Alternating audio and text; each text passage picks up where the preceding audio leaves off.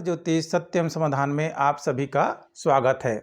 आज हम बात करने जा रहे हैं काल सर्प योग के दूसरे प्रकार की, जिसका नाम है कर्कोटक काल सर्प योग।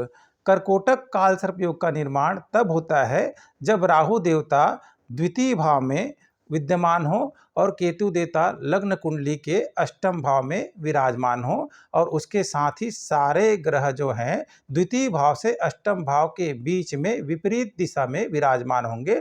इसे हम कहते हैं कर्कोटक काल सर्प योग। यह काल सर्प योग धन भाव से लेकर मृत्यु भाव तक को प्रभावित करता है। तो सबसे जो घातक प्रहार जो होता है इस काल सर्प योग का, वो होता है धन की स्थिति, कुटुंब की स्थिति में। धन की स्थिति हमेशा खराब रहती है, जीवन में बहुत ही उतार चढ़ाव रहते हैं, कुटुंब सुख कमजोर हो जाता है, तामसिक वृत्तियां बढ़ जाती हैं। ये तो इसका आरंभिक प्रभाव है। और जातक का बचपना बहुत खराब जाता है, बहुत ही आर्थिक और मानसिक परेशानियों से गुजरना पड़ता है। अष्टम भाव में केतु विराजमान होने से कई प्रकार के असाध्य रोग देता है, जीवन में ऑपरेशन वगैरह की स्थितियों से गुजरना पड़ता है। ये आरंभिक लक्षण हैं। इसके साथ साथ अगर शुभ ग्रह द्वादश भाव में अष्टम में विराजमान हो जाए या राहु के साथ युति बनाकर भी बैठ जाए तो जीवन जीना भी दुभर हो जाता है।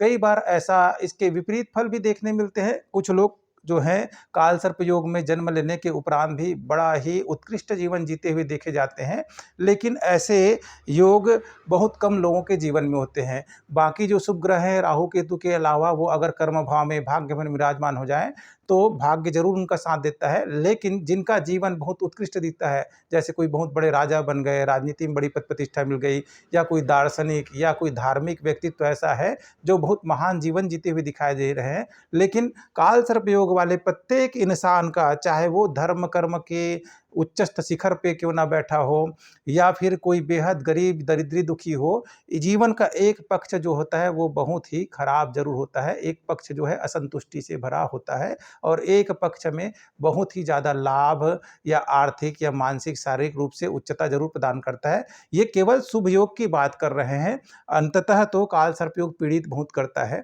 तो कर्कोटक काल सर्प योग वालों को करना क्या चाहिए? काल सर्प योग चाहे जिस भी प्रकार का हो, सबसे जो उसका प्रभावकारी उपाय है वो तो महादेव की पूजा पाठ स्तुति है ही, लेकिन जिनकी जन्म कुंडली में कर्कोटक काल सर्प योग का निर्माण हो रहा है उनको देखना चाहिए कि उनकी लग्न कुंडली में धनेश धन भाव और कुटुंब भाव के स्वामी कौन से देवता बन रहे हैं।